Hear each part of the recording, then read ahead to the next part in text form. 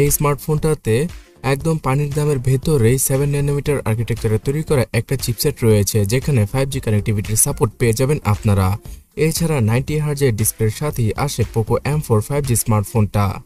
তাছাড়া cost cutting করার জন্য চার্জারকেও বক্স থেকে রিমুভ করেনি পোকো এখানে। So hey guys, Shanto here.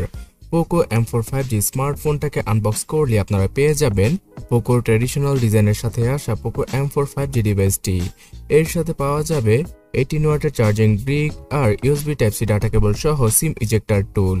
So অন্য 10টা Xiaomi ডিভাইসের মতোই আনবক্সিং এক্সপিরিয়েন্সটা পাওয়া যাবে পোকোর এই ফোনটি থেকে।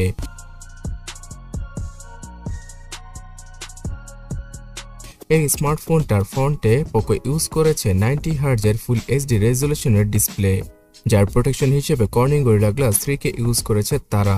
সো IPS LCD প্যানেলের এই 90 হার্জের ডিসপ্লেটির জন্যই ফোনটাকে ইউজ করে অনেক বেশি স্মুথ মনে হবে। ইনফ্যাক্ট বাজেটের মধ্যে 5G'র সাথে এই 90 হার্জের ডিসপ্লে এই প্রথমবারের মতো শুধুমাত্র পোকোর স্মার্টফোন থেকে আমরা পেয়ে গেলাম। এর রিজন হচ্ছে গিয়ে রিয়েলমি, ওপো, ভিভো সহ আর অন্যান্য সকল ব্র্যান্ডগুলো এত কম প্রাইসে এরকম ডিসপ্লে প্যানেলকে এর আগে ইউজ করেনি। যদিও কিনা এখানে 5 হলের কাটআউট থাকলে আরও কিছুটা স্টাইলিশ লাগতো পোকো M4 5G স্মার্টফোনটার ডিসপ্লেকে। তবে বাজেটটাকে কনসিডার করলে আপনারা বেস্ট একটা ডিসপ্লে পেয়ে যাবেন পোকোর এই ডিভাইসটি থেকে, যার ভিউইং অ্যাঙ্গেল বাজেট অনুযায়ী খুব ভালো, মানে সাইড দিয়ে দেখলেও কোনো নেগেটিভ কালারের ছোঁয়া পাওয়া যাবে না ডিসপ্লেটি থেকে। এছাড়া কালার কন্ট্রাস্ট আর শার্পনেস মোটামুটি ভালোই বলা চলে বাজেট অনুযায়ী। যদিও কিনা অ্যামোলেড ডিসপ্লের মতো অতটাও পাঞ্চি কালার শো করবে না এই ডিসপ্লে থেকে, তারপরও আপনাদের কমপ্লেন দেওয়ার এখানে কোনো অপশনই রাখেনি পোকো।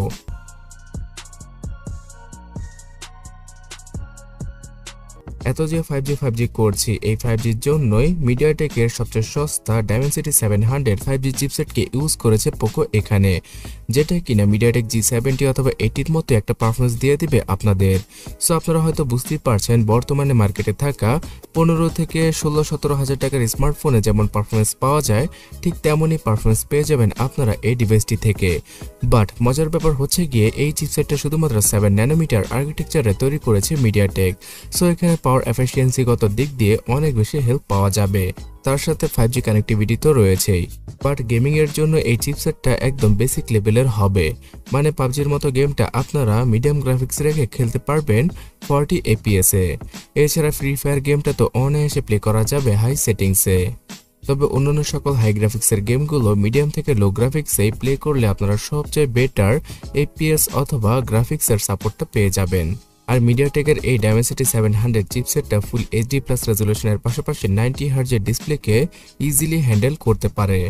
তাই এখানে ডিসপ্লের স্মুথনেসে অথবা পারফরমেন্সে তেমন কোনো ঘাটতি পাওয়া যাবে না বাজেট অনুযায়ী। আর এই স্মার্টফোনটা out of the box Android 12 এর সাথেই আসে, যেখানে কিনা MIUI 13 রয়েছে। সো দীর্ঘ লম্বা সময় পরে এবারে Xiaomiর কোন স্মার্টফোন অ্যান্ড্রয়েড 12 এর সাথে আসলো। আগামীতে অ্যান্ড্রয়েড 13 এর আপডেটটাও চলে আসবে পোকো M4 5G স্মার্টফোনে।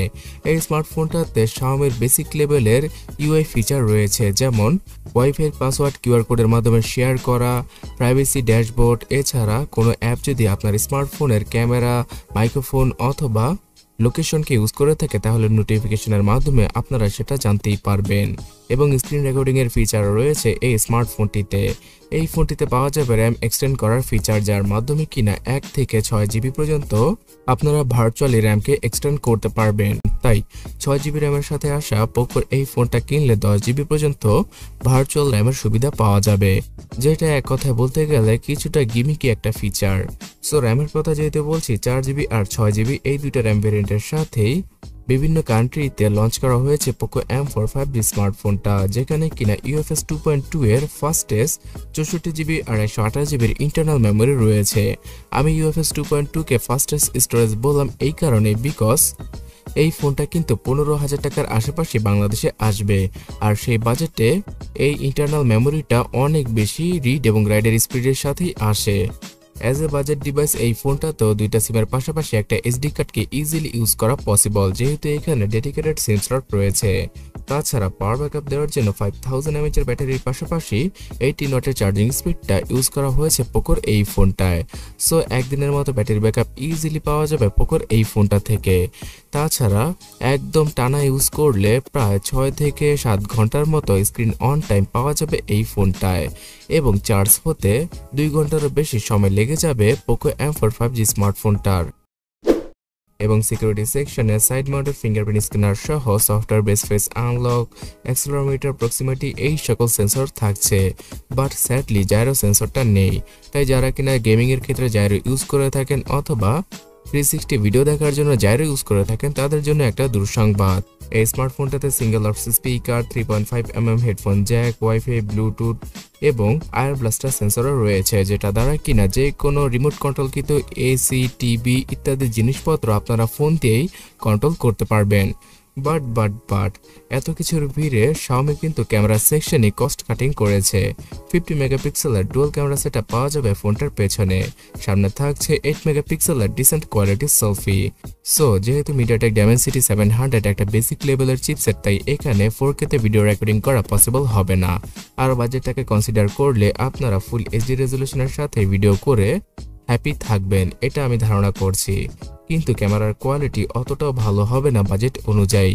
লো লাইটে এই স্মার্টফোনটার ক্যামেরাতে বেশি নয়েজ এবং গ্রেন ইস্যু আছে, তবে ডে লাইটে আপনারা শক্তপোক্ত হাতে মোটামুটি ভালো মানের ছবিগুলি পেয়ে যাবেন। কিন্তু ডাইনামিক রেঞ্জ আর হোয়াইট ব্যালেন্স এই সকল জিনিসপত্র মেনটেন করতে এই ফোনটার ক্যামেরা কিছুটা হিমশিম খায়। এছাড়া 8 মেগাপিক্সেলের সেলফি ক্যামেরা দ্বারা কিছুটা স্মুথ টাইপের সেলফিগুলি তুলতে পারা পসিবল হবে পোকোর এই ফোনটায়।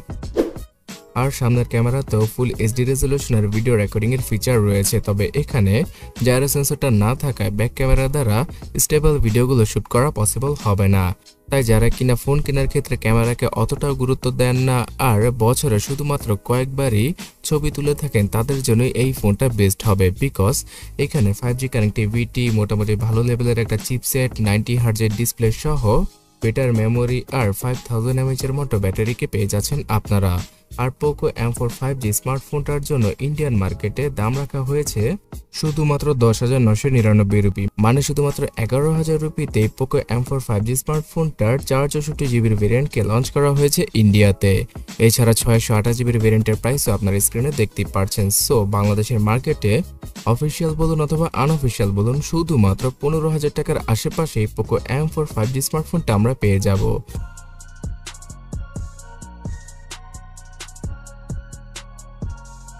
এই ফোনটা যদি Xiaomi বাংলাদেশ খুব শীঘ্রই বাংলাদেশে নিয়ে আসে, তাহলে সবচেয়ে সস্তায় 5G স্মার্টফোনের ট্যাগলাইনটা তাদের কাছেই থাকবে। তবে আপনি এখন যদি 15,000 টাকার আশেপাশে সেরা স্মার্টফোনগুলো সম্পর্কে জানতে চান, যেগুলো কিনা বাংলাদেশের মার্কেটে পাওয়া যায়, তাহলে ডান পাশের ভিডিওটাতে ক্লিক করুন অথবা কমেন্ট সেকশনটা চেক করুন। আর এরকম ভিডিও পাওয়ার জন্য এখনই টেকনিক্যাল শান্তকে সাবস্ক্রাইব করে রাখুন যদি আপনি না করে থাকেন। ধন্যবাদ।